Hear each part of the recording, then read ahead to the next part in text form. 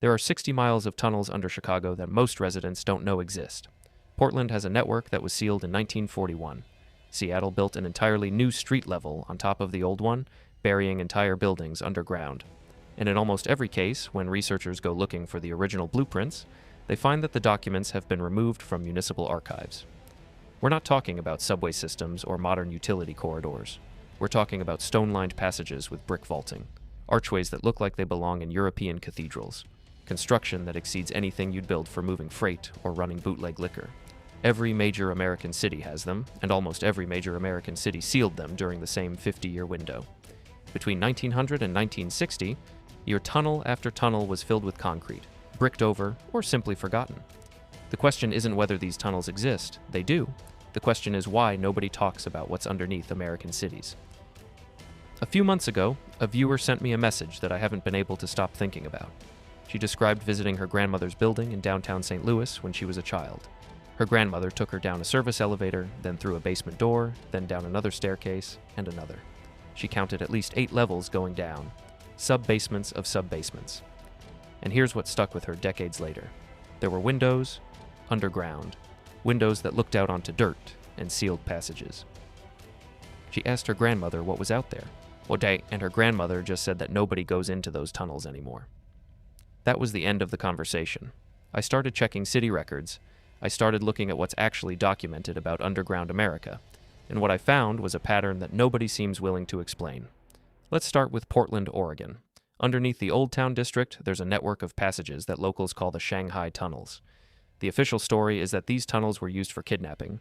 Ships needed sailors. Criminals would drug men in bars, drag them through underground passages, and sell them to captains at the waterfront. The victims would wake up at sea, already miles from shore. Shanghaied. Hence the name. It's a dramatic story. It might even be partially true. But here's what the Shanghai story doesn't explain. The tunnels are extensive. They're well constructed.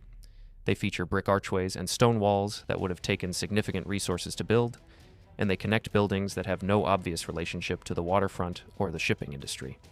If you were building passages to move unconscious bodies a few hundred feet to the docks, you wouldn't construct cathedral-quality stonework. You'd dig dirt tunnels. You'd use the cheapest materials possible. The construction doesn't match the story. Portland sealed most of these tunnels in the 1940s. The official reason was safety concerns, but when local historians went looking for the original construction records, the blueprints weren't there. The documents that should explain who built these tunnels, when they were built, and what their actual purpose was are simply missing from the city archives. Now let's go to Seattle. In 1889, a fire destroyed most of downtown Seattle. The city was built on tidal flats, which meant the streets regularly flooded and the plumbing didn't work properly. So the city made a decision that sounds reasonable until you think about it. They raised the street level. They built new streets 1 to 2 stories higher than the original grade and constructed new storefronts at the higher level. This means the original first floors of buildings became basements. The original streets became underground passages. And rather than demolishing the old level, they just sealed it off and built on top of it.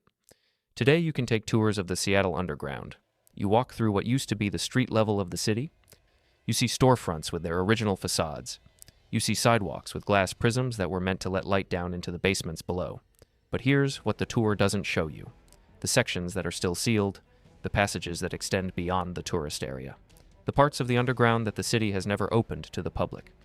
Former workers have described areas that go deeper than the official 2 stories. Tunnels that connect to buildings that weren't part of the original reconstruction. Passages that the 1889 fire story doesn't account for. And once again, the original survey maps from before the fire are incomplete. Sections are missing. Pages that should document what existed before the reconstruction are gone. But Seattle and Portland are small cities. Let's talk about Chicago. Beneath Chicago's Loop District, there's a freight tunnel network that stretches over 60 miles. These tunnels were built between 1899 and 1906 to move coal, merchandise, and debris underneath the crowded streets. They connected major buildings to rail terminals. The tunnels had their own narrow-gauge railway system running through them, 60 miles of tunnels, built in 7 years, with their own rail infrastructure. The official story is that the Chicago Tunnel Company built them for freight, and that's probably true. But the scale raises questions. This is a massive infrastructure project comparable to subway systems in much larger cities. It required boring through clay under a major downtown area without disrupting street traffic. It required engineering expertise that wasn't common in turn-of-the-century America. The tunnels were abandoned in 1959, yet the company went bankrupt. The city acquired the network and, for the most part, forgot about it. In 1992, a contractor accidentally breached one of the tunnels while driving pilings into the Chicago River bed. The river poured into the tunnel network, flooding basements throughout the loop. Businesses were submerged. The damage was estimated at nearly $2 billion. And here's what struck me about the 1992 flood. The tunnels had been abandoned for over 30 years. But when the water rushed through them, it proved that the network was still intact, still connected, still running beneath the city in ways that most residents never knew. After the flood, the city sealed more entry points, made the tunnels even less accessible than before. The maps of the full network are held by the city, but they're not publicly available in detail. Our researchers who've tried to document the complete system have found that certain sections aren't on any official record. Now let's talk about St. Louis. The tunnel network beneath downtown St. Louis is less famous than Chicago's, but it's equally mysterious. The tunnels were reportedly used for moving merchandise between warehouses and the riverfront.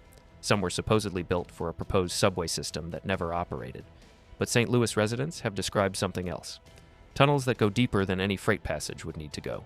Chambers beneath older buildings that look nothing like utility infrastructure, and once again, missing documentation about when these passages were actually built and what their original purpose was. The same pattern appears in Kansas City, now where limestone caves beneath the city have been converted into storage and event spaces, but where older passages exist that predate any official record. The same pattern appears in Los Angeles, where tunnels beneath the downtown area were supposedly built for Prohibition-era bootlegging, but where the construction quality and extent exceed anything bootleggers would have needed. And the same pattern appears in New York, where a pneumatic mail tube system once connected post offices across Manhattan, where subway tunnels were built on top of older passages, and where construction workers regularly discover chambers and corridors that don't appear on any city blueprint. Here's what ties all of this together. Most of these tunnels were sealed between 1900 and 1960. Different cities, different official explanations. But the same time frame, yet the same pattern of closure, concrete filling, and bureaucratic forgetting. The construction quality in many of these tunnels exceeds what their stated purposes would require. You don't build stone archways for freight. You don't construct brick vaulting for bootlegging. You build that quality when you're building something meant to last, something meant to be permanent. And in city after city, the original blueprints have been removed from archives. Not lost in fires, not destroyed by floods, removed. The documents that should explain the full extent and original purpose of these networks are simply not available. I want to be careful here. Maybe the tunnels really were just for freight. Maybe bootleggers really did build elaborate stone passages to move liquor during Prohibition. Maybe cities sealed them for legitimate safety reasons. Now, maybe the blueprints were lost through ordinary bureaucratic incompetence, and there's no pattern at all. Maybe. But I keep coming back to that viewer's story about her grandmother's building in St. Louis. 8 levels down, windows underground looking out on sealed passages, and a grandmother who said that nobody goes into those tunnels anymore, like it was common knowledge. Like everyone used to know about them, and then everyone agreed to stop talking about them. Here's what I can't explain. Why did every major American city have extensive tunnel networks? We're not talking about isolated passages. We're talking about miles of underground infrastructure in city after city. Portland, Seattle, Chicago, St. Louis, Kansas City, Los Angeles, New York, and dozens of smaller cities. All with tunnel systems that the average resident knows nothing about. Why were they all sealed in the same era? Different cities, different climates, different economies, different political structures. But they all closed their tunnels in the same 50-year window. What changed between 1900 and 1960 that made American cities decide their undergrounds needed to be forgotten? Why were blueprints removed from archives? Not just lost, but actively taken. Multiple researchers in multiple cities have documented that records which should exist simply don't. Someone at some point made decisions about what should and shouldn't be available to the public, and what's still down there that nobody's been allowed to fully document.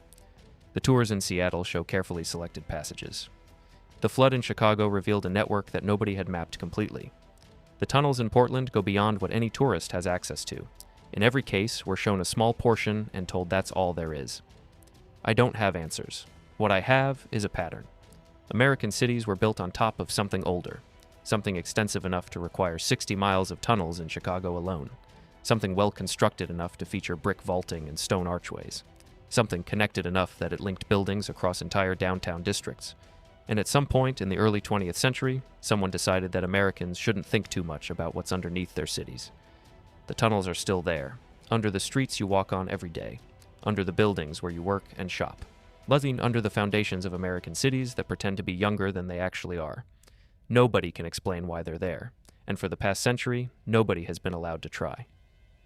If you've been in tunnels like these, if your family talked about underground passages that you've never been able to verify, if you've seen things under American cities that don't match the official story, I want to hear from you. Because the more people share what they've seen, the harder it becomes to pretend these questions don't deserve answers.